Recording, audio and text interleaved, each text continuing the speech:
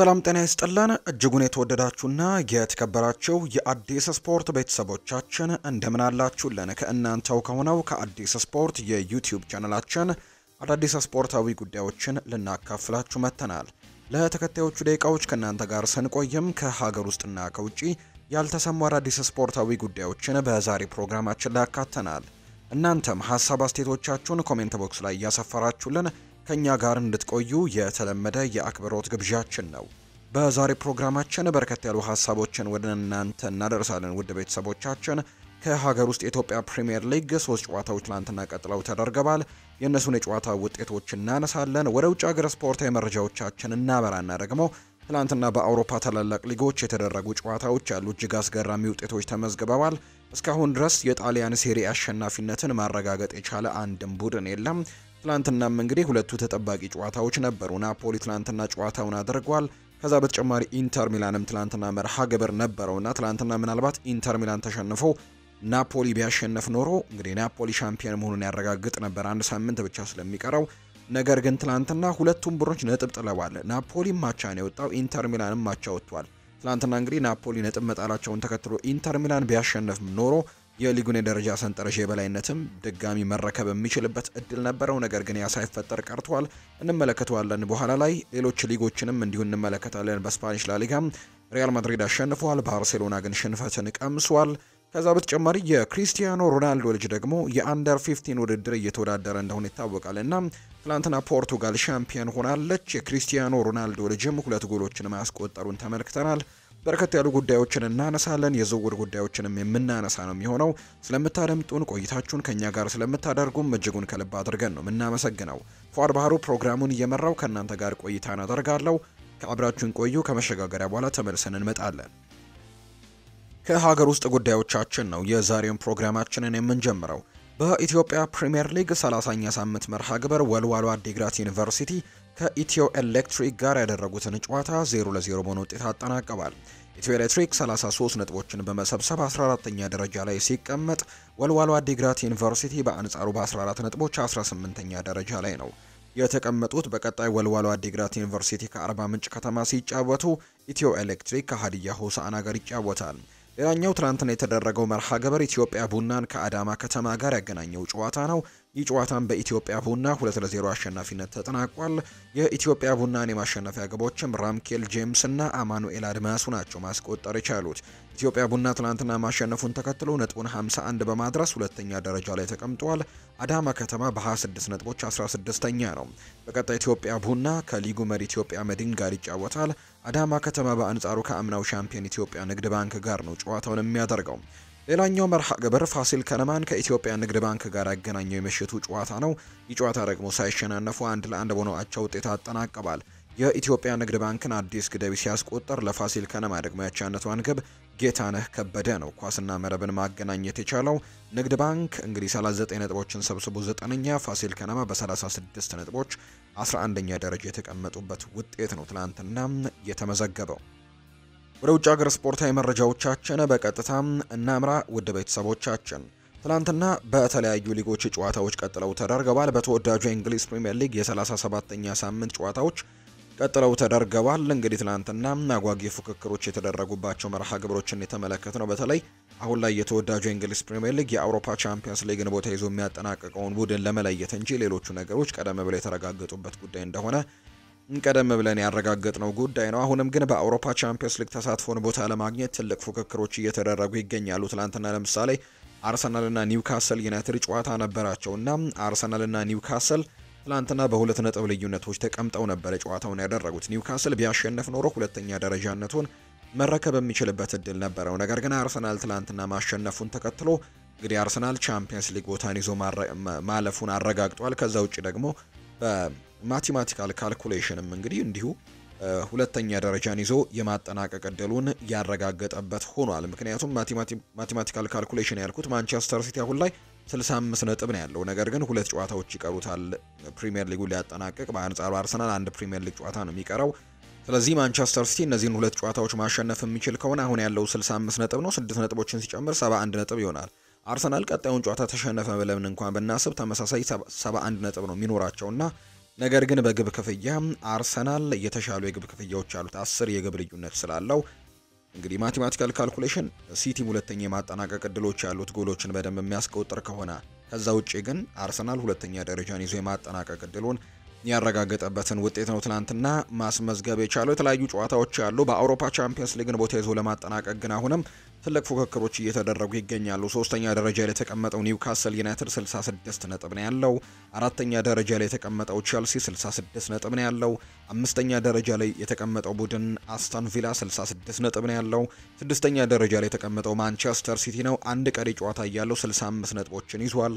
ኖቲንግሃም ፎረስት 65 ነጥቦችን ይዞ ሰባተኛ ነውና እነዚህ ቡድኖች ትልቅ ፉክክርን በመጨረሻው ሳምንት ያደርጋሉ ተብሎ ይጠበቃል። ማንቸስተር ሲቲ አንዱን ተስተካካይ ጨዋታውን ቢያሸንፍ 68 ነጥቦችን ይዞ ሶስተኛ ደረጃነትን መቀመጥ የሚችልበትን እድል ያገኛልና ከዛ በኋላ ግን በመጨረሻው ጨዋታ ላይ ትልቅ ፉክክር ሊኖር እንደሚችል ይገመታል። በተለይ በቼልሲና በኖቲንግሃም ፎረስት መካከል ደግሞ እርስ በርስ የሚደረግ ጨዋታ ላይ የመጨረሻው ሳምንት ላይ ተጠባቂ ያደርገዋል። የትላንትናውን መርሃ ግብሮች ግን ለመመልከት እንሞክር። ትላንትና ቅድሚያ የተደረገው ጨዋታ ኖቲንግሃም ፎረስትን ከዌስትሃም ዩናይትድ ጋር ያገናኘው ጨዋታ ነው። በለንደን ኦሎምፒክ በዌስትሃም ዩናይትድ ሜዳ የተደረገ ጨዋታ ነው። ጃሮድ ቦውን ትላንትና ለዌስትሃም ዩናይትድ ጎል ያስቆጠረ ተጫዋች ነው። ኖቲንግሃም ፎረስቶች ግን በሞርጋን ጌብስ ዋይት እና በሚሊንኮቪች ባስቆጠሯቸው ግቦች 2-1 በሆነ ውጤት ይህንን ጨዋታ ማሸነፍ ችለዋል። ኖቲንግሃም ፎረስት ማሸነፉን ተከትሎ ነጥቡን 65 በማድረስም እንዲሁ ሰባተኛ ደረጃ የተቀመጠበትን ውጤት ነው ማስመዝገብ የቻለው። ዌስትሃም ዩናይትድ በ40 ነጥቦች 15ኛ ደረጃ ላይ የተቀመጠ ቡድን ነው። ኖቲንግሃም ፎረስት ከ40 ዓመታት በኋላ ለመጀመሪያ ጊዜ ዌስትሃም ዩናይትድን በአንድ ዓመት ሁለቱንም የሊግ ጨዋታዎች ያሸነፈበት ዓመት ሆኖለታል። እንግዲህ ጥሩ ጊዜያቶችን አሳልፈዋል። በእርግጥ ኑኖ ኤስፕሬንቶ ሳንቶ በኖቲንግሃም ፎረስት ዘንድሮ በጣም ጥሩ ጊዜያቶችን አሳልፈዋል። በእርግጥ መጀመሪያዎቹ ሰሞኖች ላይ ወደፊት አካባቢ ስለነበሩና አሁን ሰባተኛ ደረጃ ላይ ስለተቀመጡ ምናልባት እንግዲህ በባለቤቱ ጭምር ባለፈው ንትርኮች ሲነሱ እንደነበር ከአሰልጣኙ ጋር እናስታውሳለን። ያ የመጣው መጀመሪያዎቹ ሰሞኖች ላይ ወይም እስከ ቅርብ ጊዜያት ድረስ ሶስተኛ ደረጃ ሁለተኛ ደረጃ ላይ ተቀምጠው ስለነበር ነው እንጂ እንግዲህ አመቱ መጨረሻ ላይ ይህንን ውጤት ብንመለከት ኖሮ ወይም ደግሞ ኖቲንግሃም ፎረስት ሰባተኛ ደረጃ ላይ ያጠናቀቀ ብለን እንግዲህ የመጀመሪያዎቹን ሳምንታት ያንን ውጤት ባንመለከት ኖሮ በጣም ጥሩ ውጤትን እንዳስመዘገቡ እንናገርላቸው ነበር። ምክንያቱም ማምና እንግዲህ ይሄ ቡድን ምን ያክል ደረጃዎችን ይዞ እንዳጠናቀቀ ስለምናስታውስ ማለት ነው። ኖቲንግሃም ፎረስት ዘንድሮ በጣም ጥሩ ጊዜያቶችን አሳልፈዋል። የአውሮፓ ውድድሮችን ለማግኘት ከጫፍ እየደረሰ ነው። የአውሮፓ ቻምፒየንስ ሊግን እንኳን ላለማጣት ፉክክር ላይ እንዳለ ይታወቃልና ኖቲንግሃም ፎረስት ጥሩ የውድድር ዓመትን አሳልፈዋል። የትላንትናውን ጨዋታም እንዲሁ 2-1 በሆነ ውጤት ማሸነፍ የቻለበትን አጋጣሚ ነው የተመለከት ነው። ሌሎች የተደረጉ መርሃ ግብሮች አሉ። እንዲሁም ትላንትና እንግዲህ ኤቨርተን እና ሳውዝሃምፕተን ቀደም ብሎ የተደረገው የዌስትሃም እና ኖቲንግሃም ፎረስት ነው ብዬ ነበር። ቀደም ብሎ የተደረገው ግን ኤቨርተን እና ሳውዝሃምፕተን ቀን 8 ሰዓት ላይ ያደረጉት መርሃ ግብር ነው። ይሄ በጉዲሰን ፓርክ የተደረገ መርሃ ግብር እንደነበር እናስታውሳለን። ትላንትና ኤቨርተኖች ጉዲሰን ፓርክን ተለይተውታል። የመጨረሻ ጨዋታቸው ነው ትላንትና ያደረጉት። በሚቀጥለው ዓመት በአዲስ ስቴዲየም እንደሚጫወቱ ይታወቃልና ኒዴ ነው ትላንትና 2 ግቦችን ማስቆጠር የቻለው ለኤቨርተን። ትላንትና እንግዲህ ኤቨርተኖች እንዳልኳችሁ አዲሱን ስቴዲየማቸውን በሚቀጥለው የውድድር ዓመት ስለሚጠቀሙበት ጉዲሰን ፓርክን እንግዲህ መለየታቸውን ትላንትና ይፋም አድርገዋል። የመርሲሳይዱ ክለብ ኤቨርተን የጉዲሰን ፓርክ ስቴዲየም የመጨረሻ ጨዋታውን ነው ትላንትና ያደረገው። የኤቨርተን ከሳውዝሃምፕተን ያደረገውን የሊግ መርሃ ግብርም 2-0 በሆነ ውጤት ማሸነፍ ችሏል። ኤቨርተን ጉዲሰን ፓርክ ስቴዲየምን ከ133 ዓመታት በኋላ ነው በትላንትናው ዕለት በይፋ የተሰናበተው። ኤቨርተን በጉዲሰን ፓርክ ስቴዲየም ያለው ቁጥርን ስንመለከት 2789 ጨዋታዎች በዚህ ሜዳ ላይ አድርጓል። ኤቨርተን 1538 ጨዋታዎችን ደግሞ በአሸናፊነት ያጠናቀቀበት ሜዳ ነው። 660 ጨዋታዎችን በአቻ ውጤት አጠናቋል። 591 ጨዋታዎችን ደግሞ በዚሁ ሜዳ ተሸንፏል። 132 የፕሪሚየር ሊግ ተጫዋቾች የመጀመሪያ የእንግሊዝ ፕሪሚየር ሊግ ግባቸውን ያስቆጠሩት በጉዲሰን ፓርክ ስቴዲየም እንደሆነ ይነገራል። ጉዲሰን ፓርክ በፕሪሚየር ሊግ ታሪክ በርካታ ተጫዋቾች የሊጉን የመጀመሪያ ግባቸውን ያስቆጠሩበት ቀዳሚ ስቴዲየም እንደሆነም ቁጥራዊ መረጃዎች ያሳያሉና ይህንን ሁሉ ታሪካዊ ቁጥራዊ መረጃዎችን የያዘው ስቴዲየም ጉዲሰን ፓርክ ከቀጣዩ የውድድር ዓመት ጀምሮ እንደማንመለከተው ተረጋግጧል። ትላንትናም በይፋ የመጨረሻውን ጨዋታ ጉዲሰን ፓርክ ላይ ተደርጓል። ኤቨርተንም ጨዋታውን 2-0 በሆነ ውጤት የመጨረሻውን ጨዋታ አሸንፎ ነው ከዚህ ስቴዲየም መለየታቸው የተረጋገጠው። ሌሎች ጨዋታዎችም እንዲሁ ተደርገዋል። በትላንትናው ዕለት ብሬንትፈርድ እና ፉልሃም ጨዋታቸውን አድርገዋል። የቶማስ ፍራንክ ቡድን በሜዳው ነው ትላንትና ጨዋታውን ያደረገው። ነገር ግን በፉልሃም 3-2 በሆነ ውጤት ተሸንፏል። በጂቴክ ኮሚኒቲ ስቴዲየም በተደረገው ጨዋታ ለብሬንትፈርድ ልማደኞቹ ተጫዋቾች ናቸው ጎል ያስቆጠሩት። ብሪያን ኢምቤሞ እና ዩኤን ዊሳ ትላንትና ግቦቹን አስቆጥረዋል። ነገር ግን ራኡል ሂሜኔስ፣ ካርኒና ዊልሰን ባስቆጠሯቸው ግቦች ፉልሃም 3-2 በሆነ ውጤት የማርኮ ሲልቫ ቡድን ማሸነፍ የቻለበትን አጋጣሚ የተመለከትነው። ሌላኛው ደግሞ ትላንትና እንግዲህ ሌሎች ነገሮች የተመለከትንበት ሜዳ የሌስተር ሲቲ ሜዳ ነው። ትላንትና ሌስተር ሲቲ ትልቁን ተጫዋቻቸውን ሸኝተውታል። ጄሚ ቫርዲን ትላንትና መሸኘታቸው ተገልጿል። ትላንትና በሜዳቸው ኪንግ ፓወር ያደረጉት ጨዋታ ነው። ይህንን ጨዋታ ከኢፕስዊች ታውን ጋር ነው ያደረጉት። 2-0 በሆነ ውጤት ማሸነፍ ችለዋል። ጄሚ ቫርዲ ትላንትና ጎል ማስቆጠር ችሏል። እንዲሁ ደግሞ ማካተርም ትላንትና ጎል አስቆጥሮ ሌስተር ሲቲ ትላንትና እንግዲህ ንጉሳቸውን በሸኙበት ወይም ደግሞ እነሱ እንደጻፉት ዘጎት ሲሉ ትላንትና ገልጸውታል። ጄሚ ቫርዲን እንግዲህ ትላንትና ጎል አስቆጥሯል። ቡድኑም 2-0 አሸንፏል። ትላንትና ኢፕስዊች ታውንን ነው 2-0 ማሸነፍ የቻሉት። የመጨረሻው የተወዳጁ የእንግሊዝ ፕሪሚየር ሊግ የትላንትና መርሃ ግብር አርሰናል እና እንዲሁ ኒውካስል ዩናይትድ ያደረጉት ጨዋታ ነው። የሰሜን ለንደኑ ክለብ አርሰናል ትላንትና ከኒውካስል ዩናይትድ ጋር ያደረጉት የፕሪሚየር ሊግ መርሃ ግብርን 1-0 በሆነ ውጤት ነው ትላንትና ማሸነፍ የቻሉት። አርሰናሎች ትላንትና ብቸኛውን ጎል ያስቆጠራላቸው ዴክላን ራይስ ነው። በጨዋታው ላይ አሰልጣኝ ሚኬል አርቴታ ቢጫ ካርድ ተመልክተዋል። ይህንን ተከትሎ እንግዲህ የመጨረሻው ጨዋታ ላይ በቅጣት ምክንያት ቡድናቸውን እንደማይመሩ ጭምር ነው እየተነገረ የሚገኘው። ትናንትና ለአርሰናል እጅግ ወሳኝ ድል ነው ብሎ ማንሳት ይቻላል። እንግዲህ ምናልባት የደረጃ ለውጦች ሊያስከትል የሚችል አይነት ውጤት ይመዘገብ ነበር ትናንትና ኒውካስል አሸነፈው ቢሆን ኖሮ። ነገር ግን አርሰናል ጨዋታውን አሸንፏልና ሁለተኛ ደረጃነቱን አስጠብቆ አሁንም ቀጥሏል። የአውሮፓ ቻምፒየንስ ሊግ ተሳትፎንም እንዲሁ እንግዲህ ማረጋገጡን የትላንትና ያረጋገጠበት ሆኗል። ሳውዛምተን ከአርሰናል ጋር ነው የመጨረሻውን ጨዋታ የሚያደርገው። በሴንት ሜሪ ጨዋታ ይደረጋል። በአንጻሩ ኒውካስል ከኤቨርተን ጋር ነው የመጨረሻውን ጨዋታ የሚያደርገው። ከትላንትናው ከጨዋታው ጋር በተያያዘ የተለያዩ ሀሳቦች በርካቶች አንስተዋል። ዴክላን ራይስ አንደኛው ነው።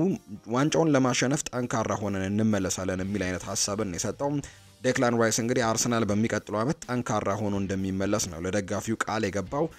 በዚህ ቡድንና ባለን አሰልጣኝ ለዋንጫ መጫወት አለብን ያለው ዴክላን ራይስ ቀጣይ ዓመት የበለጠ ጠንካራ ሆነን እንመለሳለን ሲልም ጭምር እንዲሁ ይናገራል። አርሰናል ተጫዋቾችን እንደሚያስፈርምና ቡድኑን እንደሚያጠናክር የገለጸው ዴክላን ራይስ ለዚህ ክለብ ደግሞ ዋንጫ ለማሸነፍ ጠንካራ ሆነን እንመለሳለን የሚል አይነት ሀሳብን ነው በትናንትናው ዕለት እንዲሁ የሰጠው።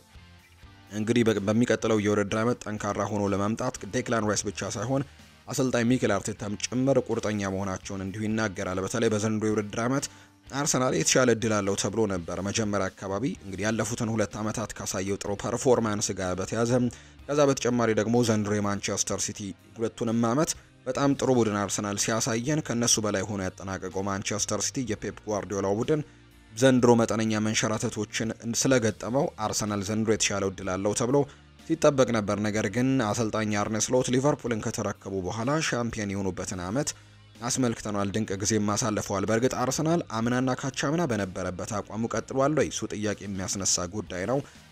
አምናና ካቻምና በነበረበት የነጥብ ደረጃ እንኳን ማጠናቀቅ አልቻለም። ነገር ግን ሁለተኛ ደረጃ ነው ይዞ ለተከታታይ 3ኛ ዓመት ለማጠናቀቅ አንድ ጨዋታዎች ብቻ ቀርቶታልና ዘንድሮ የተሻለ እድሎች እንደነበሩት በርካቶች ያነሱ ነበር። በአውሮፓ ቻምፒየንስ ሊግም በጣም ጥሩ ጉዞዎችን አድርጓል። ይህንን ሲያደርጉ ግን ሁነኛ የሚሉትን ወይም ደግሞ ወሳኝ የሚሉትን የአጥቂ ተጫዋች ዘንድሮ ሳያስፈርሙ ነው አርሰናል እንግዲህ አመቱን ሲጀምር ጥሩ ወሳኝ አጥቂ አለማስፈረሙ በርካቶች እንደ ችግር አንስተውታል። የተለያዩ ቦታዎችን ለማጠናከር ሞክሯል። ነገር ግን በፊት መስመር አጥቂነት ላይ ካይ ሃቨርትስንና ጋብሪኤል ሄሱስን አምኖ አመቱን ጀምሯል። ተደጋጋሚ ጉዳቶች ቡድኑ ገጥመውታልና ለዛም ደግሞ ምክንያት እንደሆነ ሚኬል አርቴታ ጭምር ከትላንትናው ጨዋታ መጀመር አንስቶ ሲገልጽ የነበረው ነው።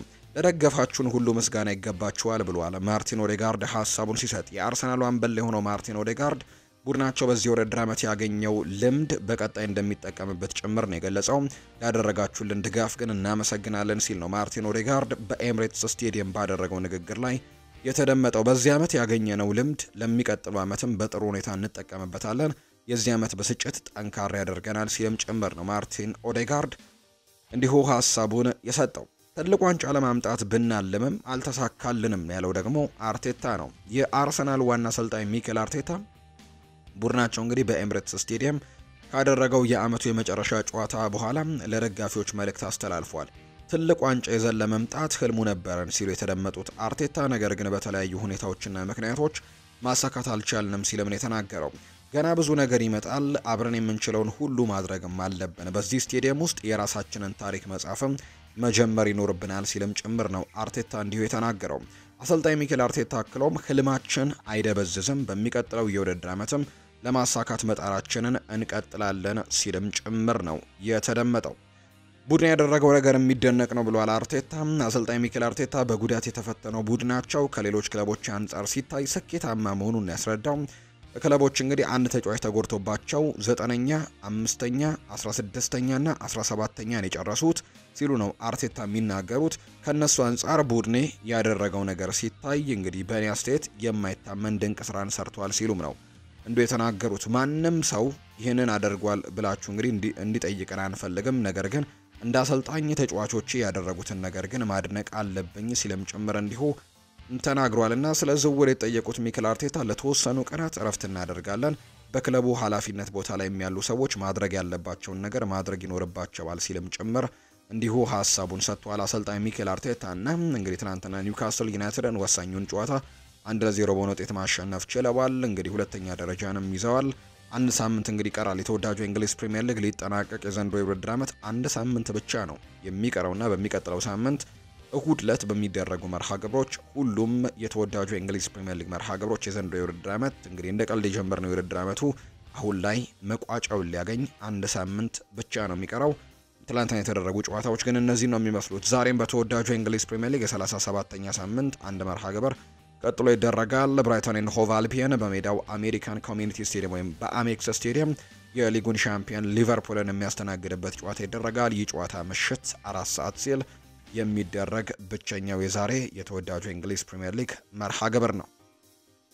በሌሎች ሊጎችም ትናንትና ጨዋታዎች ቀጥለው ተደርገዋል። አጓጊ ፍክክር እየተደረገበት የሚገኘው የጣሊያን ሴሪኤ እንደሆነ ይታወቃል። የጣሊያን ሴሪኤ መርሃ ግብሮችን እናንሳ። ሁሉም የአውሮፓ ታላላቅ ሊጎች በተለይ እኛ በርካታ ጊዜ የምናነሳቸው የቶፕ 5 ሊጎች የምንላቸው የጣሊያን ሴሪኤ፣ የእንግሊዝ ፕሪሚየር ሊግ፣ የስፓኒሽ ላሊጋ፣ ፍሬንች ሊግ 1 እና ጀርመን ቡንደስሊጋን ከተመለከትን ብቸኛው ሻምፒዮን ያልተረጋገጠበት ሊግ የጣሊያን ሴሪኤ ብቻ ነው። አሁንም በ37ኛው ሳምንትም ሻምፒዮኑን አልለየንም። በ38ኛው ሳምንት ነው ሻምፒዮኑ የሚለየው። ትላንትና ሁለቱም ነጥብ ጥለዋል። እንግዲህ አንዳቸው አሸነፈው ቢሆን ኖሮ የተሻለ እድሎች ይኖራቸው ነበር። ነገር ግን ትላንትና ሁለቱም ነጥብ የጣሉበትን አጋጣሚ ነው የተመለከትነው። በጣሊያን ሴሪኤ የ37ኛ ሳምንት መርሃ ግብር ትላንትና ኢንተር ሚላን እና ላትሲዮ ነበሩ ጨዋታቸውን ያደረጉት። ይህ ጨዋታ 2-2 በሆናቸው ውጤት ነው የተጠናቀቀው። ለኢንተር ሚላን ቢሴክ እና ደምፍሪስ ጎሎቹን ሲያስቆጥሩ ለላትሲዮ በአንጻሩ ደግሞ የአቻነቱን ግብ ያስቆጠረው ፔድሮ ሮድሪጌስ ላዴሴማ ነው። የቀድሞ የባርሴሎና ተጫዋች ትላንትና 2 ጎሎችን አስቆጥሯል። ሌላኛው ደግሞ ናፖሊ እና ፓርማ ያደረጉት ጨዋታ ነበር። እንግዲህ እነዚህ ሁለቱ ጨዋታዎች ነበር ከሴሪያው ሻምፒዮንነት ጋር በተያያዘ ሲጠበቁ የነበሩትና የአንቶኒዮ ኮንቴው ቡድን ናፖሊም ትላንትና ከፓርማ ጋር ያደረገውን ጨዋታ ማሸነፍ አልቻለም። 0-0 በሆናቸው ውጤት ነው ያጠናቀቀው። ይህንን ተከትሎ እንግዲህ የሴሪኤው አሸናፊ የውድድር ዓመቱ መጨረሻ ጨዋታን እንድንጠብቅ አድርጎናል፣ ወይም ደግሞ እስካሁን ድረስ ስላልተረጋገጠ የመጨረሻውን ጨዋታ የግድ እንድንጠብቅ አድርገውናል። ስለዚህም አሁንም ፉክክሩ እንደቀጠለ ነው። ናፖሊ 79 ነጥቦችን ሰብስቦ ሊጉን እየመራ ነው። ኢንተር ሚላን 78 ነጥቦችን ይዞ ሁለተኛ ደረጃ ላይ የተቀመጠበትን ውጤት ነው እንዲሁ ያስመዘገበው። እንግዲህ ለሊጉ ዋንጫና ለአውሮፓ ተሳትፎ ብርቱ ፍክክር እየተደረገበት የሚገኘው የጣሊያን ሴሪኤ ጨዋታዎች ትላንትና ምሽት እንግዲህ በተመሳሳይ ሰዓት ነው የተደረጉት። በትላንትናው ጨዋታዎች ወቅትም 5 አሰልጣኞች በዳኛ ቀይ ካርድ የተሰጠበት ምሽት ሆኖ ትላንትና አልፏል። የናፖሊ ዋና አሰልጣኝ አንቶኒዮ ኮንቴ እንዲሁም የተጋጣሚያቸው ፓርማ አሰልጣኝ የሆኑት ክሪስቲያን ቺቩም ሁለቱም ቀይ ካርድ ተመልክተዋል። ኢንተር ሚላን ከላትሲዮ ባደረጉት ጨዋታ አሰልጣኝ ሲሞኔ ኢንዛጊና አሰልጣኝ ማርኮ ባሮኒ ቀይ ካርድ የተመለከቱ ናቸው።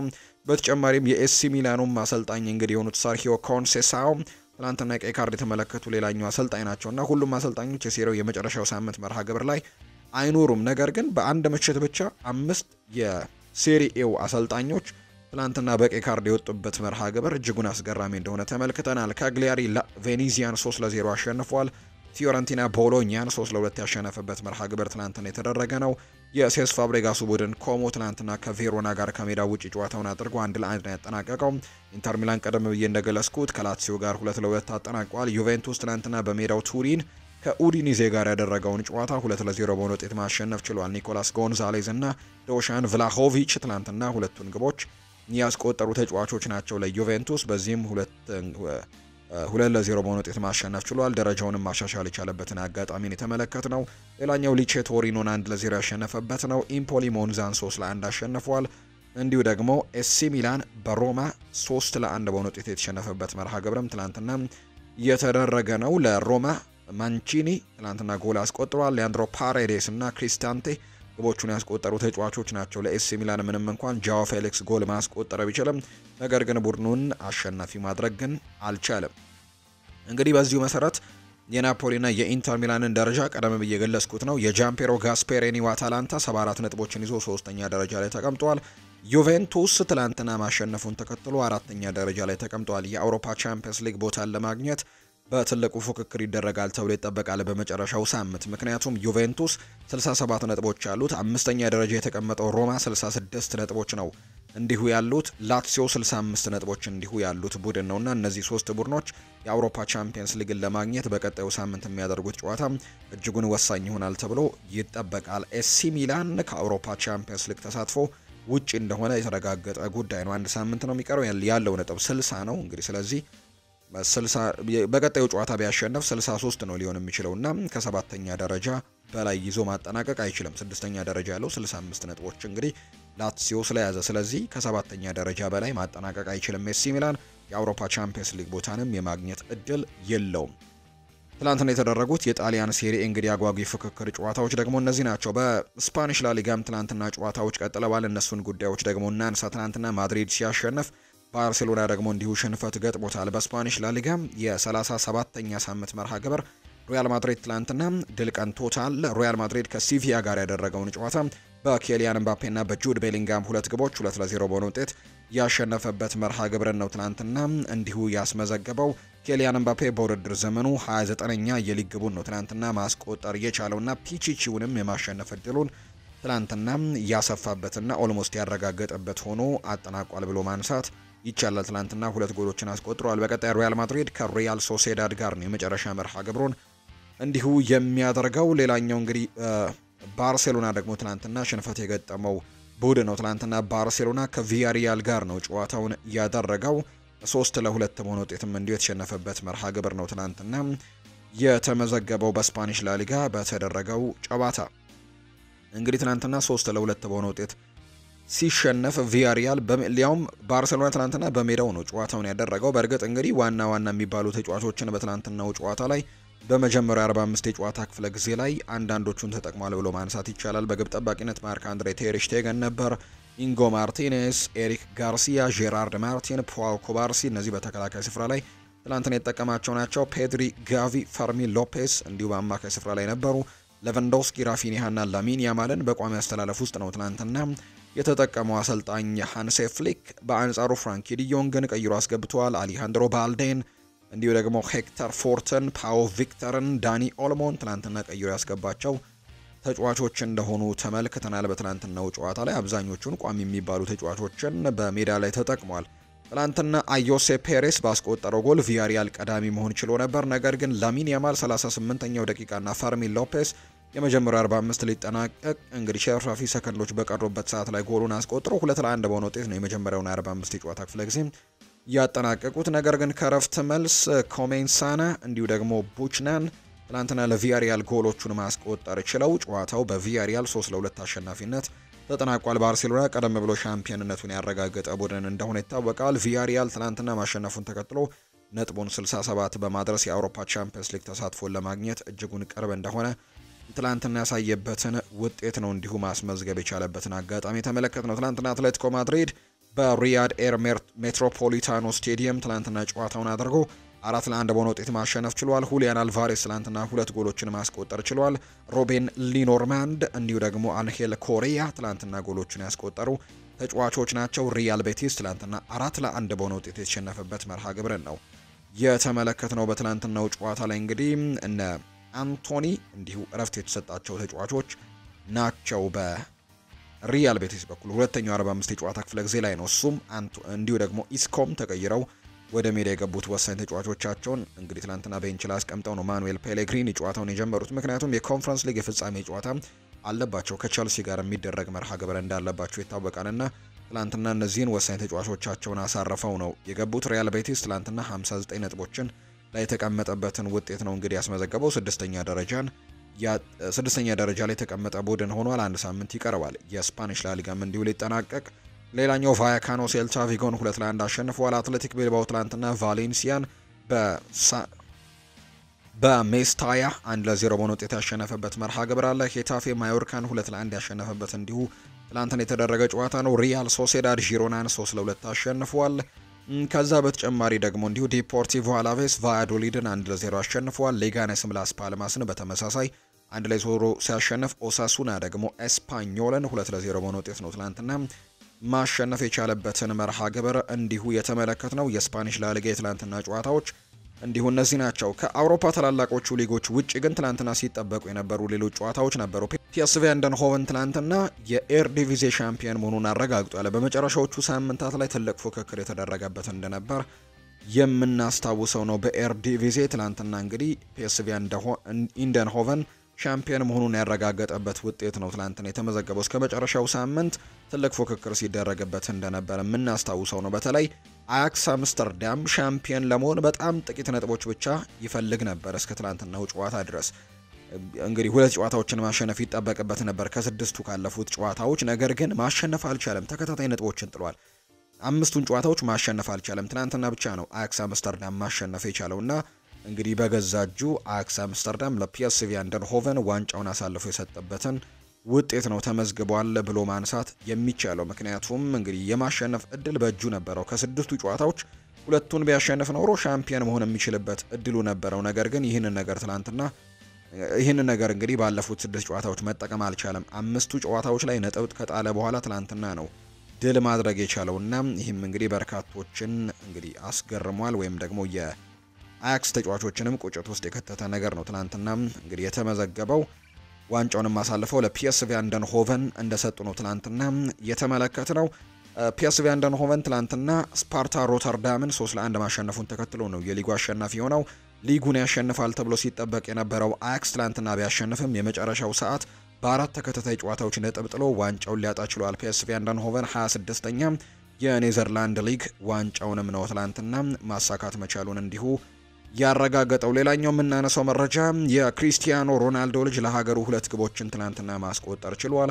የክሪስቲያኖ ሮናልዶ ልጅ ክሪስቲያኖ ጁኒየር ለሀገሩ ፖርቱጋል ወጣት ብሔራዊ ቡድን የመጀመሪያ ግቡን ትላንትና አስቆጥሯል። የ14 ዓመቱ ክሪስቲያኖ ጁኒየር ለፖርቱጋል ከ15 ዓመት በታች ቡድን ለመጀመሪያ ጊዜ ጥሪ እንደቀረበለት ከዚህ በፊት ገልጸንላችሁ እንደነበር ይታወሳል። የፖርቱጋል ከ15 ዓመት በታች ቡድን ከክሮኤሺያ ባቻው ጋር ያደረገውን የቭላትኮ ማሪኮቪች ዓለም አቀፍ የውድድር ፍጻሜ ጨዋታን አሸንፈዋል። በጨዋታው ክሪስቲያኖ ጁኒየር ለፖርቱጋል 2 ግቦችን ከመረብ ጋር አሳርፏል። ክሪስቲያኖ ጁኒየር የመጀመሪያ ዋንጫውንም ከፖርቱጋል ጋር እንዲሁ ማንሳት የቻለበትን አጋጣሚ ነው ትላንትና የተመለከትነው። ሌላኛውም ሲጠበቅ የነበረው ደግሞ የእንግሊዝ የሴቶችም ውድድር እንደነበር የምናስታውሰው ነው። በሴቶች እግር ኳስ ትላንትና ቸልሲ ሻምፒዮን መሆን የቻለበትን አጋጣሚ ነው ትላንትና እንዲሁ የተመለከትነው።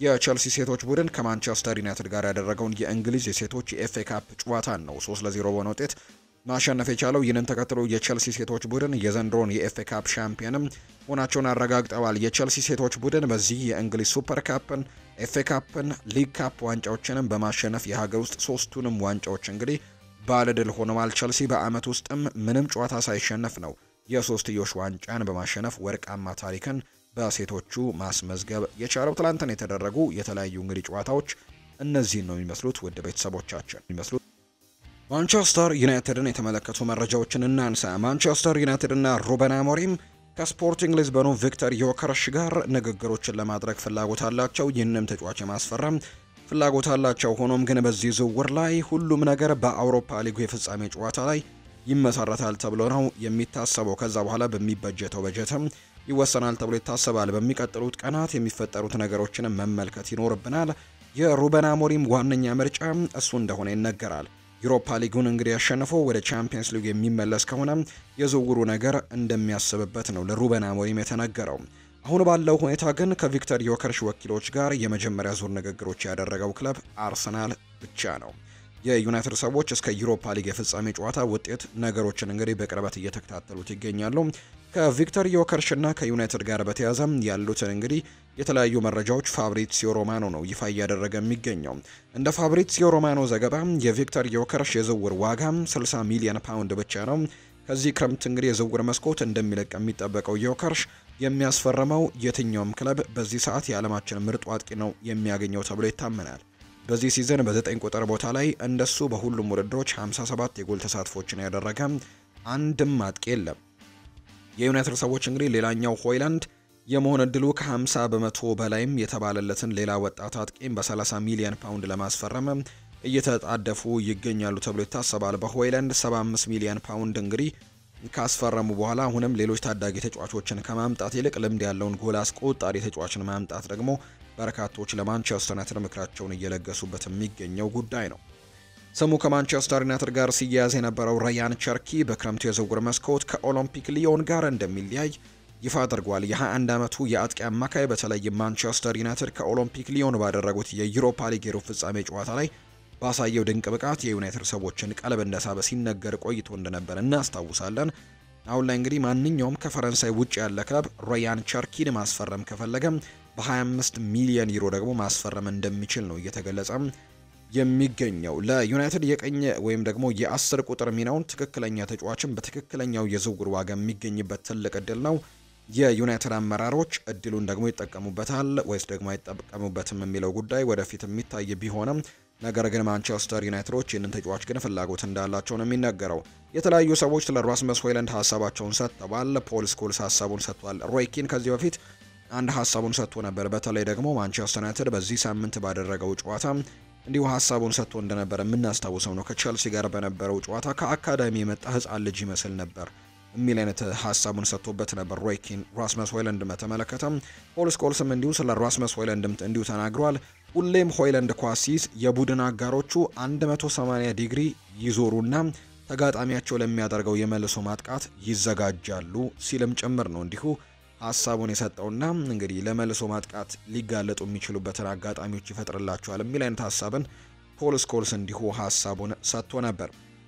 የማንቸስተር ዩናይትድ የተከላካይ መስመር ተጫዋች የሆነው ዲየጎ ዳሎ እና እንዲሁ ደግሞ ሌላኛው የተከላካይ ስፍራ ተጫዋች የሆነው ሌኒ ዮሮ ለፍጻሜው ጨዋታ ዝግጁ ናቸው ተብሏል። በአሁኑ ሰዓትም ውሳኔ መስጠቱ ጉዳይ በሩበን አሞሪም እና በአካል ብቃታቸው ላይ የተመሰረተ እንደሆነ ነው የሚነገረው። በተያያዘ መረጃ ደግሞ ማታያስ ደሊት ለፍጻሜው ጨዋታ ብቁ ለመሆን የተቻለውን ሁሉ እያደረገ ቢገኝም ማንቸስተር ዩናይትድ ግን በሱ ጉዳይ ላይ ዝምታን መርጧል የተባለው። በተጨማሪም ለፍጻሜው ጨዋታ የመድረሱ ነገርም አጠራጣሪ እንደሆነ ነው የሚነገረው። ሌኒ ዮሮ ወደ ልምምድ ተመልሷል። ተጫዋቹ በእጅጉን ጠንክሮ እየሰራ ሲሆን ከባለፈው ሳምንት ጀምሮም የነበረበት ጉዳትም ከባድ የሚባል አልነበረም።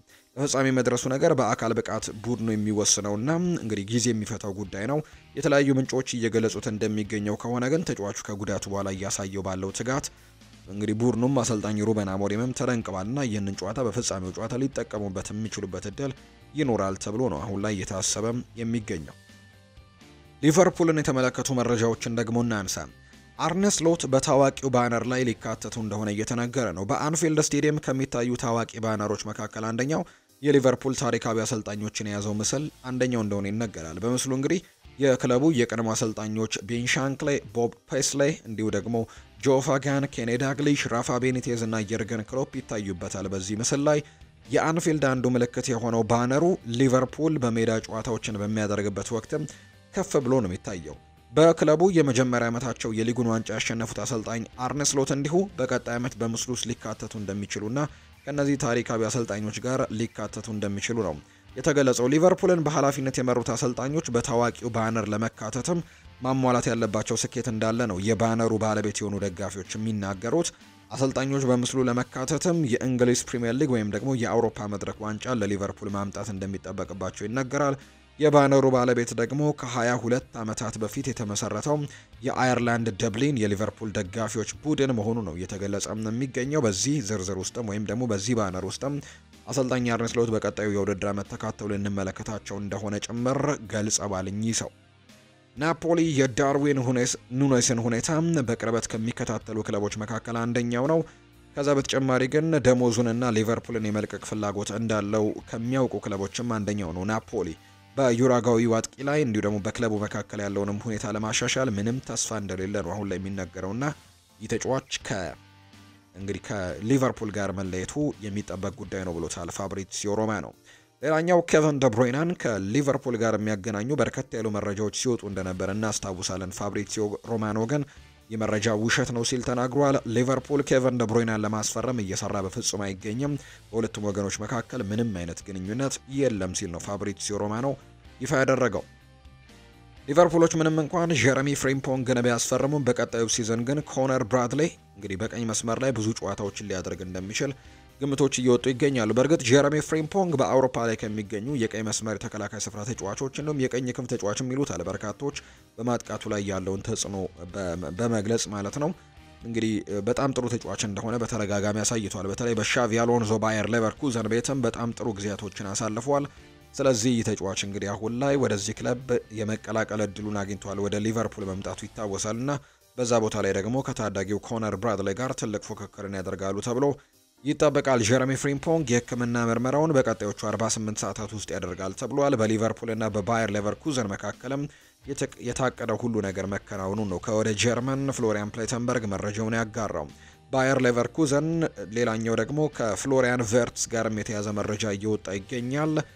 ሌላኛው ተጫዋቻቸው እንግዲህ ፍሎሪያን ቨርትስ ነው። ወደ እንግሊዝ ክለቦች አሊያ ደግሞ እዛው በጀርመን ባየር ሚኒክ ሊፈርም እንደሚችል በተደጋጋሚ ሲገለጽ እንደነበር የምናውቀው ነው።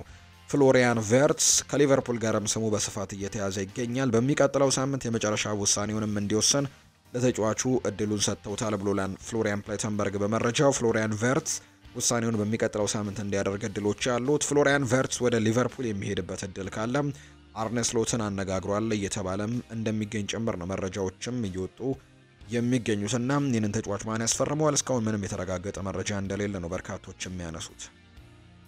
አርሰናልን ደግሞ እንመልከት። ዋንጫዎች እየመጡ ነው ታገሱ ሲል አርቴታ ተናግሯል። የአርሰናል ዋና አሰልጣኝ ሚኬል አርቴታ ቡድናቸው ዋንጫዎችን የሚያሸንፍበት ጊዜ መቃረቡን የገለጸው ዋንጫዎች እየመጡ ነው ያሉት ሚኬል አርቴታ ትንሽ ጊዜ ብቻ ታገሱን፣ የምንችለውን ሁሉ እንደምናደርግም ቃል እገባላችኋለሁ ሲሉ እንዲሁ ተናግረዋል። አርሰናል የፕሪሚየር ሊጉን ዋንጫ ያጣበት ምክንያት ምንድን ነው ተብሎ ጥያቄ ቀርቦላቸው ነበር። አሰልጣኝ ሚኬል አርቴታ ቀይ ካርድ ሲሉ በአጭሩ ነው ምላሻቸውን የሰጡት።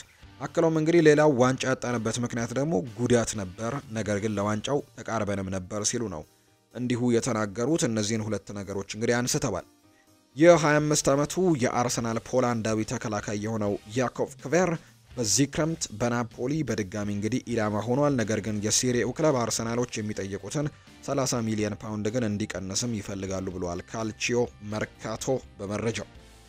ቪክተር ዮከርሽ በ65 ሚሊዮን ዩሮ ክፍያ ይህንን ክረምት ለቆ እንዲወጣ ይፈቀድለታል ተብሎ ይታሰባል። ዋነኛው ፈላጊው አርሰናል እንደሆነ ይገለጻል። ማንቸስተር ዩናይትድን በዚህ ፉክክር ውስጥ ይኖራል ተብሎ ይጠበቃል። በተለይ ከሮቡ የፍጻሜ ጨዋታ በኋላ ብዙ ነገሮችን ልንሰማ የምንችልበት እድል ይኖራል ተብሎ ነው የሚታሰበው። ምክንያቱም ማንቸስተር ዩናይትድ ያንን የፍጻሜ ጨዋታ ማሸነፍ የሚችል ከሆነ በዚህ ውድድር ውስጥ ወይም ደግሞ በዚህ ፉክክር ውስጥ ሊኖር የሚችልበት እድል ሰፊ ነው ተብሎ ይታመናልና እንግዲህ ቪክተር ዮከርሽን ለማስፈረም ትልቅ ፉክክር መደረጉ አይቀሬ እንደሆነ ነው በርካቶች እያነሱም የሚገኙት።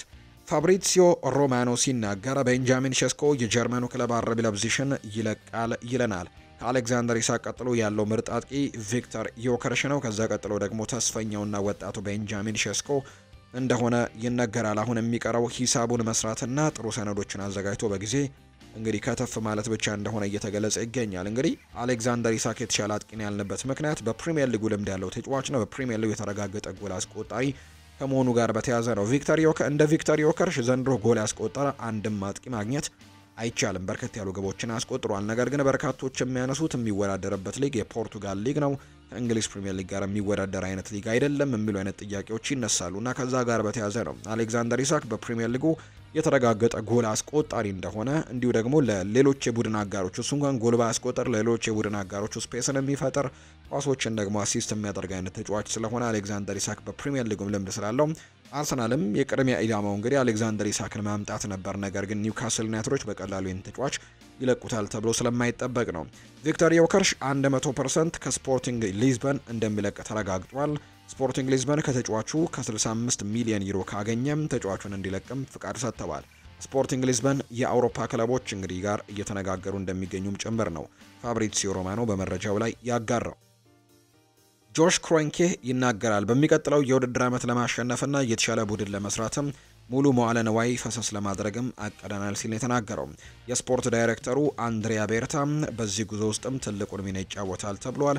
ምን ማድረግ እንዳለብንና ምን ማድረግ እንፈልጋለን የሚለውን ነገር ደግሞ ግልጽ እናደርጋለን ሲል ነው ጆሽ ክሮንኬ ሀሳቡን የሰጠው። አርሰናሎች ብራያን ኢምቤሞንም ለማስፈረም በንግግር ላይ ናቸው። ንግግሮችም እድገት አሳይተዋል። ነገር ግን አርሰናል ከተጫዋቹ እንግዲህ ለማስፈረም እየተፎካከረ ያለው ብቸኛው ክለብ እንዳልሆነ ጭምር ይነገራል። ሪያል ማድሪድን እንመልከት። ሮድሪጎ ጓይሽ በአሁኑ ሰዓት በእንግሊዝ ክለቦች እየተፈለገ ይገኛል። ማንቸስተር ዩናይትድ እና አርሰናል ከፈላጊዎቹ ክለቦች መካከልም ዋነኞቹ ናቸው ተብሎ እየተነሳ እንደሚገኝ ነው ዲያሪዮ አስ መረጃውን ያጋራው። ዴን ሃውችሰን በሪያል ማድሪድ ቤት እጅግ ውዱ ተከላካይ ሲሆን በታሪክ ከማርኮ ኮሬላ እና ከአይመሪክ ላፖርት ቀጥሎ ሶስተኛ ውድ ስፔናዊ ተከላካይ እንደሆነ እየተገለጸ ይገኛል። ሪያል ማድሪድ በዚህ ክረምት በጣም ስራ ይበዛበታል ተብሎ ይታሰባል። ሪያል ማድሪድ እንግዲህ በይፋ የዴን ሃውችሰንን ዝውውር ጨርሷል። የሻቪ አሎንዞን እንግዲህ ማምጣት በትክክለኛው መንገድ ላይ ፈቷል። የትሬንት አሌክዛንደር አርኖልድ ስምምነት መፍትሄ ሰጥቷል። ሪያል ማድሪድ በአማካይ ስፍራ ላይ ተጫዋች ለማምጣት እቅድ ይዟል። ሪያል ማድሪድ ለቀጣይ የውድድር ዓመትም ግራ ተመላላሽ ለማምጣትም እያለሙ እንደሆነ ጭምር ነው ፋብሪዚዮ ሮማኖ የተናገረው። ጁድ ቤሊንጋም ከክለቡ አዲሱ አሰልጣኝ ሻቪ አሎንዞ እና ከአሰልጣኙ ስታፍ ትልቅ የቤት ስራ ወይም ማስጠንቀቂያ ተሰጥቶታል ሲል የማርካው ጋዜጠኛ ፍሌክሲ ዲያስ በሪፖርቱ ላይ አስፍሯል። መረጃው አያይዞም ቤሊንጋም አሁን ካለበት ደረጃ የበለጠ እንዲሰራ የክለቡ አሰልጣኝ አባላቶች ነግረውታል ተብሏል። በቫሌዴባስ ውስጥም እንግዲህ ያሉት አዲሶቹ የሪያል ማድሪድ አሰልጣኝ ቡድን የቤሊንጋም ልዩ ደረጃን በመመለስ አስፈላጊነት ላይ ውይይቶችን አድርገዋል። ጁድ ባለፈው የውድድር ዓመት የቡድኑ ኮከብ ተጫዋች ነበር። ነገር ግን የዚህ የውድድር ዓመት ላይ ከቀድሞ አቋሙ ርቆ እንዲጫወትም የተመለከትንበት የውድድር ዓመት ሆኗል። በዚህም እንግዲህ አሰልጣኙ የቤሊንጋምን አቋም የወረደበት ምክንያቶችንም እየፈለጉ ነው። እናም ቤሊንጋም ወደ ጠንካራ ቨርዥኑ መመለስም ከቡድኑ አስፈላጊ ነገሮች መካከል አንደኛው እንደሆነ ነው ሆሴ ፍሌክስ ዲያዝ መረጃውን ያጋራው። የአምናው የጁድ ቤሊንጋም ተጽዕኖ ዘንድሮ በቡድን ውስጥ አለመታየቱ በክለቡ ባለስልጣናት ዘንድም ትልቅ ስጋትን ፈጥሯል። ጁድ እንግዲህ ክለቡ የሰራቸውን ስህተቶች እንዲረሳና በአዎንታዊ ጎኖቹ ላይ ብቻ እንዲያተኩር ክለቡ አጥብቆ ይጠይቃል። በተጨማሪም ሪያል ማድሪድ ለሻቪ አሎንሶና ስታፎቹም ከላካቸው መልእክቶች መካከል አንደኛው ነው የቡድኑ ወሳኝ ተጫዋች የሆነው የጁድ ቤሊንጋም ሚና ወደ ነበረበት እንዲመልሱትም የሚያዝ መረጃን ነው እንደላኩ ሆሴ ፍሌክስ ዲያዝ ጨምሮ መረጃውን ያጋራው። ፈረንሳዊው አጥቂ ኬሊያን ኤምባፔ በስፓኒሽ ላሊጋ በመጀመሪያው ሲዝን ከ30 ግቦች በላይ ጎል ያስቆጠረ አራተኛው ተጫዋች ሲሆን 2 ግቦች ብቻ ይቀሩታል። ከዚህ ቀደም ይህንን ሪከርድ መጻፍም ከቻሉ ተጫዋቾች ውስጥ የቀድሞው የሪያል ማድሪድ ሌጀንድ የነበረው ሮናልዶ ሉዊስ ናዛሪዮ ደ ሊማ በ1996-97 የውድድር ዓመት 34 ጎሎችን በማስቆጠር የአንደኛ ደረጃነቱ ላይ ተቀምጧል። ከዛም ስፔናዊው ብራድ ኒውስ ሳንቼዝ ደግሞ በ1990-91 ሲዝን 33 ግቦችን አስቆጥሯል። ብራዚላዊው ሮማሪዮ በ1993-94 ሲዝን 30 ግቦችን በማስቆጠር እነዚህ ሁለተኛና ሶስተኛ ደረጃን ይዘው የተቀመጡ ናቸው። ኬሊያን ኤምባፔ አሁን ላይ 29 ግቦችን አስቆጥሯል። የውድድር ዓመቱን ሙሉ ጉዳት ላይ የነበሩት አይደር ሚሊታው እንዲሁ ዳኒ ካርቫሃል አሁን ላይ ከጉዳታቸው አገግመው ወደ ሜዳ ለመመለስም ተቃርበዋል ተብሏል። እናም ደግሞ ሁለቱም የሪያል ማድሪድ ወሳኝ ተጫዋቾች ለዓለም ክለቦች ዋንጫ ውድድርም ዝግጁ ይሆናሉ ተብሎ እንደሚጠበቅ ነው ሬሌቮ መረጃውን ያጋራው። እንዲሁ በተመሳሳይ ጀርመናዊው ተከላካይ አንቶኒ ሩዲገር፣ ዳቪድ አላባ እንዲሁ ወጣቱ የአካዳሚ ምሩቅ ሁዋን ማርቲኔዝም አሁን ላይ በጥሩ ሁኔታ ላይ ከጉዳታቸው እያገገሙ ሲሆን ሁሉም ለዓለም ክለቦች ዋንጫ ውድድርም ዝግጁ ይሆናሉ ተብሏል። በሌላ በኩል ፈረንሳዊው የግራ ተመላላሽ ፌርላንድ ሜንዲ በጉዳት ምክንያት ከውድድሩ ውጪ መሆኑ ነው የተረጋገጠው ብሏል ሬሌቮ በመረጃው። ማንቸስተር ሲቲን ደግሞ የተመለከቱ መረጃዎችን እናንሳ። ማንቸስተር ሲቲ በክረምቱ 4 ተጫዋቾችን ያስፈርማል። የቀኝ ተመላላሽ ተከላካይ፣ የግራ ተመላላሽ ተከላካይና 2 አማካዮች። ክለቡ ለቻምፒየንስ ሊግ ብቁ ቢሆንም ባይሆንም እነዚህን ዝውውሮች ይፈጽማል ተብሎ እንደሚጠበቅ ነው ቴሌግራፍ መረጃውን ያጋራው። ኬቨን ደብሩይነ ይናገራል። በዓለም ክለቦች ዋንጫ ለማንቸስተር ሲቲ ትጫወታለህ ወይ ተብሎ ተጠይቆ ነበር። እኔ ራሴን መንከባከብ ያለብኝ ይመስለኛል። ምክንያቱም በዓለም ክለቦች ዋንጫ ብጎዳ ምን አደርጋለሁ? ከዛ የሚንከባከበኝ ሰው አይኖርም እና ምናልባትም ካሁን በኋላ ለየትኛውም ቡድን መጫወት አልችልም። ስለዚህም በዓለም ክለቦች ዋንጫ ቡድን ውስጥም የማልሆንበት ትልቅ እድል አለ። ነገር ግን አላውቅም፣ ምናልባት እኖራለሁም ሲልም ነው እንዲሁ የተናገረው ኬቨን ደብሩይነ። ባርሴሎናን እንመልከት። ዮሃን ላፖርት ይናገራሉ። የፍራንኪ ዲዮንግን ኮንትራት ለማደስ እየሰራን ነው። እናም እሱን ለማቆየት በጣም ጓግተናል። እናም እሱ እንዲቆይም ለማድረግ ማንኛውንም ነገር ለማድረግ ቆርጠናል ብሏል። ስለ ዎንቸክ ሸዝኒ የወደፊት ቆይታም ሲናገር ሸዝኒ ከኛ ጋር እንዲቆይ ነው የምንፈልገው። ሰሞኑን ድሉን ሊያከብር ሲል እንግዲህ ያደረገውን ነገር ተመልክተናል። መቆየት እንደሚፈልግ አይቻለው። በነገራችን ላይ በወጣቶች ቡድን ውስጥም ጥሩ የሚሰሩ ግብ ጠባቂዎች ግን እየተመለከትን ነው ብለዋል። ስለ ራፊኒሃም ሲናገር እሱ የተለየ ተጫዋች ነው። የእሱን አዲስ ውል ጉዳይ በሚቀጥሉት ቀናት ወይም ሳምንታት የምንፈታው ተስፋ እናደርጋለን ብለዋል። የትኛውም ተጫዋች ኮንትራቱ 1 ዓመት እንግዲህ የቀረው እንዲሆን አንፈልግም ሲልም ነው የተናገረው። ዮሐን ላፖርት ይቀጥሉና እነሱ እንዲቀጥሉ እንፈልጋለን ሲልም እንዲሁ ይናገራል። በተለይ ከተለያዩ ተጫዋቾች ጋር ስሙን እያነሳ ይገኛል። ትክክለኛ ኮንትራት አለው። ያልተለመደ ሰው ነው። ለቡድኑም ብዙ አስተዋጽኦችን ያደርጋል። እንግዲህ እሱ በችግር ውስጥ ያለፈ ተጫዋች ነው። እንግዲህ ቢመለስና ተጨማሪ ደቂቃዎችን ቢያገኝ ደግሞ ደስ ይለኛል ያለው ደግሞ ስለ አንሱ ፋቲ ሀሳቡን ሲሰጥ ነው። የኡናይ ኤምሪው ቡድን አስተን ቪላ ፌራን ቶሬስን በጣም ይፈልጉታል። የበርኒንግሃሙ ሜል እንደዘገበው ከሆነ ቪላ 50 ሚሊዮን ዩሮ ለማቅረብ ዝግጁ ናቸው። ነገር ግን ፌራን ቶሬስ የሚሄድ አይመስለኝም፣ ምክንያቱም ኮንትራቱ ገና አልተጠናቀቀም ሲል ነው መረጃውን ያጋራው። ዴኮ ሉዊስ ዲያዝን ቅድሚያ ሰጥቶ ማስፈረምም ይፈልጋል ተብሏል። ሉዊስ ዲያዝ በክረምቱ የዴኮ ዋነኛ ኢላማ ነው። እሱን ለማስፈረም በጣም ይፈልጋል። የሚጠይቀው ዋጋም 80 ሚሊዮን ዩሮ አካባቢ ነው። ነገር ግን ደሞዙ ያን ያክል የተጋነነ አይደለም። ዲያዝ እንግዲህ ዴኮ ከሚፈልገው ጋር ተመሳሳይ ፕሮፋይል ያለው ተጫዋች እንደሆነም ነው እየተገለጸ የሚገኘው። ዋንጫውን ለሶን ሂዩንግ ሚን ስንል ማንሳት እንፈልጋለን ብሏል ቪካሪዮ። የቶተናሙ ግብ ጠባቂ ቪካሪዮ ቡድናቸው የዩሮፓ ሊግ ዋንጫን ለሶን ሂዩንግ ሚን ሲሉ ማሸነፍ እንደሚፈልግ ነው የገለጸው። ሶን ሂዩንግ ሚን ለቶተናም ላደረገው ምርጥ ነገር የዩሮፓ ሊግን ዋንጫ ለሱ ማሸነፍ እንፈልጋለን ሲል ቪካሪዮ ተናግሯል። ቪካሪዮ አክሎም ሶን ሂዩንግ ሚን ዋንጫውን ማሸነፍ ይገባዋል፣ ለሱ እንጫወታለን ሲልም ተደምጧል። ተከላካዩ ሚኪ ቫንደቨን በበኩሉ የዩሮፓ ሊግ ዋንጫን ለማምጣት በሙሉ አቅማችን እንሄዳለን ሲልም ነው የተናገረው። ፕሪሚየር ሊጉን በሚቀጥሉት ዓመታት ለማሸነፍ እንሰራለን ወይም እንችላለንም ብሏል ብሩኖ ጉማሬሽ። የኒውካስል ዩናይትዱ የአማካይ ስፍራ ተጫዋች የሆነው ብሩኖ ጉማሬሽ ቡድናቸው የፕሪሚየር ሊግ ዋንጫን ማሸነፍ እንደሚችል ነው የገለጸው። መቼ እንደሆነ አላውቅም፣ ነገር ግን ፕሪሚየር ሊጉን ማሸነፍ እንደምንችል ግን አምናለሁ። ብሩኖ ጉማሬሽ የሰጠው ሀሳብ ነው። አንድ ዋንጫ በቂ አይደለም የሚለው ብሩኖ በቀጣይ ተጨማሪ ዋንጫዎችን የማሸነፍ አቅሟለን ብሏል።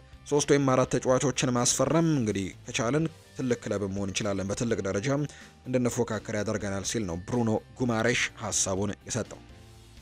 የተወደዳችሁና የተከበራችሁ ቤተሰቦቻችን ለዛሬ ያዝንላችሁ አዳዲስ ስፖርታዊ ጉዳዮቻችን እነዚህ ነው የሚመስሉት። ስላደመጣችሁን፣ ስለተከታተላችሁን፣ ቆይታችሁንም ከኛ ጋር ስላደረጋችሁ እጅጉን ከልብ አድርገን እናመሰግናለን። ቪዲዮአችንን ላይክ፣ ቻናላችንን ደግሞ ሰብስክራይብ እያደረጋችሁ ቆይታችሁን ከኛ ጋር ያደረጋችሁ በሙሉ ላቅ ያለ ምስጋናችንን ለእናንተ ማቅረብ እንወዳለን።